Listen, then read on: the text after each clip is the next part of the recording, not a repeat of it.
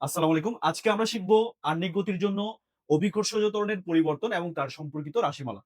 আমরা জানি পৃথিবীর ২ ধরনের গতি থাকে। একটা হচ্ছে আহ্নিক গতি, আরেকটা হচ্ছে বার্ষিক গতি। বার্ষিক গতিটা কোনটা? আমরা জানি পৃথিবী সূর্যের চারপাশে ৩৬৫ দিন পর, পর একবার আবর্তন করে। এটাকে আমরা বলব বার্ষিক গতি। আর পৃথিবী নিজ অক্ষের উপর ২৪ ঘন্টা পর, পর আ আবর্তন করে এটাকে আমরা বলব আহ্নিক গতি। আহ্নিক গতির জন্য আমরা জানি দিন-রাত্রি সংঘটিত হয়। আর বার্ষিক গতির জন্য আমরা জানি বিভিন্ন ঋতুচক্র দেখা যায়। তো আজকে আমি তোমাদেরকে ওটাই শেখাবো যে আহ্নিক গতির সাথেও কিন্তু অভিকর্ষজ ত্বরণ জড়িত এবং কিভাবে জড়িত সে ব্যাপারটা। এটা যদি পৃথিবী হয়, আমরা জানি পৃথিবী একটা কেন্দ্র থাকবে, এটাই স্বাভাবিক পৃথিবীর কেন্দ্র। তো পৃথিবীর যদি কেন্দ্র হয়, পৃথিবী যেহেতু নিজ অক্ষকে কেন্দ্র করে আবর্তন করে, তাই তার একটা অক্ষরেখা থাকা স্বাভাবিক। তো আমি সেই অক্ষরেখাটা তোমাদের জন্য আঁকলাম। এই আমি মনে করছি পৃথিবী এই PQ এই অক্ষকে কেন্দ্র করে আবর্তন করছে। ওকে? তো এখন পৃথিবীর কেন্দ্র যদি O হয়, পৃথিবীর কেন্দ্র বরাবর আমরা একটা লাইন কল্পনা করতে পারি। আমরা একটা লাইন কল্পনা করছি। সে হচ্ছে এটা। এটা হচ্ছে পৃথিবীর এই যে মূল কেন্দ্র দিয়ে একটা লাইন আমি আঁকলাম। এটার নাম দিচ্ছি AB। তো পৃথিবীর উপরস্থ একটা বিন্দু নিলাম। পৃথিবীর উপরস্থ এখানে একটা বিন্দু আছে। এই বিন্দুতে m কেজি ভরের একটা বস্তু রাখা আছে। এখানে m কেজি ভরের একটা বস্তু রাখলাম এই পয়েন্টে। এবার দেখো পৃথিবীর কেন্দ্র এবং এই বিন্দুর সংযোগ রেখা এটা। স্বাভাবিকভাবে এটা হচ্ছে ব্যাসার্ধ নির্দেশ করবে বা ব্যাসার্ধ। আর এই যে পৃথিবীর উপরস্থ কোনো বিন্দু এবং কেন্দ্রের সংযোগ রেখা, এই যে রেখাটা দেখতে পাচ্ছ এটার সাথে যে কোণটা তৈরি করে সেটা হচ্ছে ল্যামডা। আর এটাকে বলা হয় অক্ষাংশ।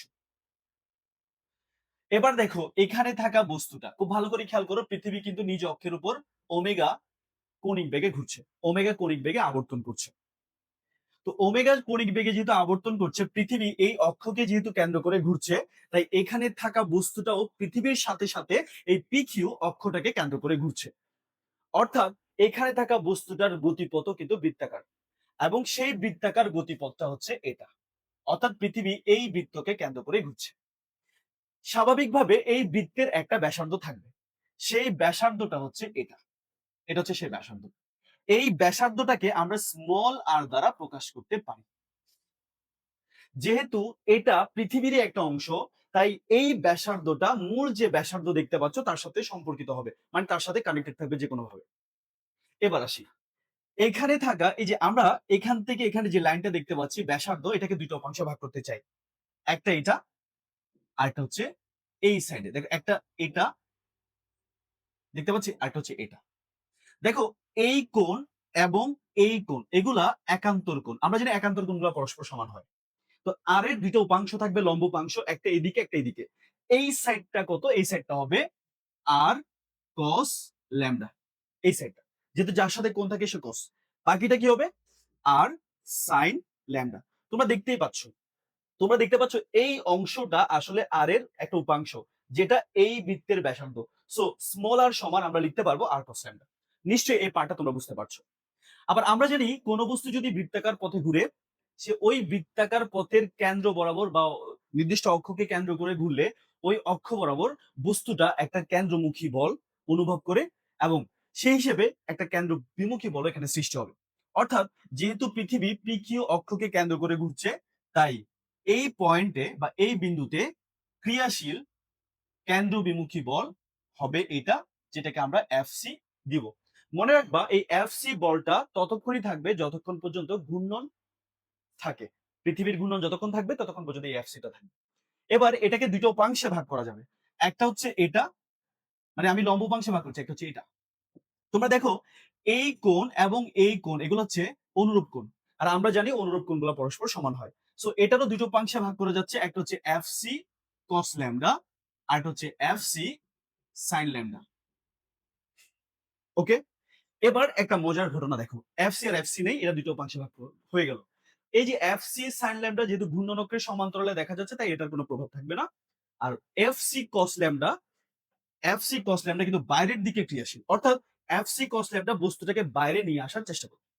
কিন্তু এই বস্তুটাকে, এই m ভরের বস্তুটাকে পৃথিবী টানছে W = mg বলে। মানে তার দিকে টানছে। কিন্তু ওজনের বাইরে একটা বল এখানে ক্রিয়াশীল হয়ে গেছে ঘূর্ণনের কারণে, সেটা হচ্ছে এফসি কস ল্যামডা। অর্থাৎ এই বস্তুর উপর ক্রিয়াশীল আপাত ওজন ডব্লিউ প্রাইম। যদি ঘূর্ণনটা না থাকতো, এফসি কস ল্যামডা থাকতো না, তাহলে ওজনের কোনো তারতম্যই ঘটতো না। অর্থাৎ পৃথিবীর প্রত্যেকটা বিন্দুতে, যে কোনো বিন্দুতে ওজন সবসময় একই থাকতো। এবার আসি, আমরা দেখতে পাচ্ছি ডব্লিউ প্রাইমকে যেহেতু ওজনের তারতম্য ঘটছে, সো স্বাভাবিকভাবে জি এর তারতম্য ঘটবে, কারণ ভরের কোনো পরিবর্তন হয় না। এক্ষেত্রে আমরা লিখতে পারবো এম জি মাইনাস এফসি মানে হচ্ছে M B square divided by R, এদিকে আমরা লিখতে পারবো কস ল্যামডা। সব জায়গা থেকে যদি এমটা চলে যায়, তাহলে আমরা এখানে পাচ্ছি জি প্রাইম সমান G minus V square divided by R, এদিকে লিখতে পারবো কস ল্যামডা। সেক্ষেত্রে জি প্রাইম সমান জি মাইনাস ভি, ভি হচ্ছে রৈখিক বেগ। তোমরা জানো রৈখিক বেগ সমান হচ্ছে কৌণিক বেগ ইন্টু ব্যাসার্ধ, এটা লেখা যাবে। তাহলে ভি এর জায়গায় আমরা লিখতে পারবো ওমেগা আর, এদিকে স্কোয়ার নিচে আর ইন্টু কস ল্যামডা। এবার দেখো জি প্রাইম সমান জি মাইনাস ওমেগা স্কোয়ার আর স্কোয়ার নিচে আর, এদিকে হচ্ছে কস ল্যামডা। সো জি প্রাইম সমান জি মাইনাস ওমেগা স্কোয়ার আর কস ল্যামডা। দেখো এই আর মানে কত, এই আর মানে হচ্ছে আর কস ল্যামডা, ঠিক আছে, এই যেটা আর কস ল্যামডা। তাহলে আমরা কি লিখতে পারি এখানে, আমরা লিখতে পারবো, এইদিকে লিখলাম জি প্রাইম সমান জি মাইনাস ওমেগা স্কোয়ার, এই আর মানে হচ্ছে আর কস ল্যামডা ইন্টু এখানে আমরা লিখতে পারবো কস ল্যামডা। তাহলে জি প্রাইম সমান জি মাইনাস ওমেগা স্কোয়ার আর কস স্কোয়ার ল্যামডা। এই তো এটাই হচ্ছে সেই রাশিমালা আহ্নিক গতির জন্য জি এর মানের পরিবর্তনের রাশিমালা। এখন এখানে কোনটা কি সেটা একটু বোঝানোর ট্রাই। জি প্রাইম হচ্ছে পরিবর্তিত অভিকর্ষজ ত্বরণ, ওমেগা হচ্ছে পৃথিবীর কৌণিক বেগ। তো পৃথিবীর কৌণিক বেগ যদি বের করতে চাও, সেটা এভাবে বের করতে হবে 2 পাই বাই টি। আর এখানে 2 ইনটু পাই এর মান 3.1416, এটা হচ্ছে ৮৬,৪০০। কারণ আমরা জানি পৃথিবী নিজ অক্ষের উপর একবার ঘুরতে ২৪ ঘন্টা কিংবা ৮৬,৪০০ সেকেন্ড সময় নেই। তাই আবর্তন কালের জায়গায় আমরা ৮৬,৪০০ বসিয়ে এটা বের করতে পারবো। আর আর হচ্ছে পৃথিবীর ব্যাসার্ধ, তোমরা জানো 6.4 ইনটু 10⁻6 মিটার। এবার ল্যামডাটা কি, ল্যামডা হচ্ছে অক্ষাংশ। এই ল্যামডা সম্পর্কে কিছু ব্যাপার বলি। ল্যামডা দেখো, যখন বস্তুটা এখানে থাকবে, এটাকে বলা হয় বিষুবীয় অঞ্চল। তো বিষুবীয় অঞ্চলে ল্যামডার মান হচ্ছে 0 ডিগ্রি। আর এটা হচ্ছে মেরু অঞ্চল, মেরু অঞ্চলে ল্যামডার মান হচ্ছে 90 ডিগ্রি। এখন আমরা যদি বিষুবীয় অঞ্চল চিন্তা করি, যদি আমরা বিষুবীয় অঞ্চল চিন্তা করি, তাহলে আমরা ল্যামডা সমান 0 বসাবো। 0 বসালে আমরা কি পাচ্ছি, জি প্রাইম সমান জি মাইনাস ওমেগা স্কোয়ার আর কস 90 ডিগ্রি, সরি কস 0 ডিগ্রি স্কোয়ার। আমরা জানি কস 0 ডিগ্রি মান 1, দ্যাট ইজ জি প্রাইম সমান জি মাইনাস ওমেগা স্কোয়ার আর। এবার আমরা যদি মেরু অঞ্চলের কথা চিন্তা করি, মেরু অঞ্চলের ক্ষেত্রে ল্যামডা সমান হচ্ছে 90 ডিগ্রি। তো ল্যামডা সমান যদি 90 ডিগ্রি হয়, তাহলে জি প্রাইম সমান জি মাইনাস ওমেগা স্কোয়ার আর কস 90 ডিগ্রি স্কোয়ার। এই সূত্রের মধ্যে বসাই দিলাম। আমরা যদি কস 90 এর মান 0, তাহলে জি প্রাইম সমান হচ্ছে জি। তোমরা দেখতে পাচ্ছ এখান থেকে জি থেকে কিছু মাইনাস হচ্ছে, এখানে জি থেকে কিছু মাইনাস হচ্ছে না। অর্থাৎ বিষুবীয় অঞ্চলে জি এর মান সবচেয়ে কম, মেরু অঞ্চলে জি এর মান সবচেয়ে বেশি। অর্থাৎ যতই অ্যাঙ্গেলের মান বাড়তে থাকবে, অর্থাৎ ল্যামডার মান যতই বাড়তে থাকবে, জি এর মান ততই বাড়তে থাকবে। অর্থাৎ বিষুবীয় অঞ্চল থেকে মেরু অঞ্চলের দিকে যাওয়া গেলে জি এর মান ধীরে ধীরে বাড়তে থাকবে। তো এখান থেকে কোন ধরনের প্রশ্ন আসে, প্রায় দুই ধরনের প্রশ্ন আসতে দেখা যায়। এক নম্বর প্রশ্ন হচ্ছে এরকম, মনে করো একটা বস্তু বা 5 কেজি ভরের একটা বস্তু, 5 কেজি ভরের একটা বস্তু বিষুবীয় অঞ্চলে আছে। এখন যদি পৃথিবীর ঘূর্ণন হঠাৎ বন্ধ হয়ে যায়, তাহলে ওই বস্তুর ওজনের কিরকম তারতম্য ঘটবে বা কিরকম পার্থক্য ঘটবে, এরকম একটা প্রশ্ন আসে। আবার মাঝে মধ্যে দেখা যায় একটা বস্তুকে যদি 5 কেজি ভরের একটা বস্তুকে যদি বিষুবীয় অঞ্চল থেকে মেরু অঞ্চলের দিকে নিয়ে যাওয়া হয় বা বিষুবীয় অঞ্চল হতে মেরু অঞ্চলে নিয়ে যাওয়া হয়, তাহলে বস্তুটির কিরকম পার্থক্য বা তারতম্য ঘটবে, এরকম প্রশ্ন আসতে দেখা যায়। চলো আমরা ওই পার্টটা একটু দেখি। যদি যদি বলা হয় কোন বস্তু, প্রথমে আমি প্রথম পার্টটা দেখাচ্ছি। যদি পৃথিবীর ঘূর্ণন বন্ধ হয়ে যায়, বিষুবীয় অঞ্চলে থাকা 5 কেজি ভরের বস্তুর ওজনের পার্থক্য। দেখো বিষুবীয় অঞ্চলে ওজন হচ্ছে এটা। তো বিষুবীয় অঞ্চলে নর্মালি ওজন হবে এম ইনটু জি প্রাইম। এই জি প্রাইমটা হচ্ছে এটা, এই মানটা বসিয়ে দিলে হয়ে যাবে, ঠিক আছে।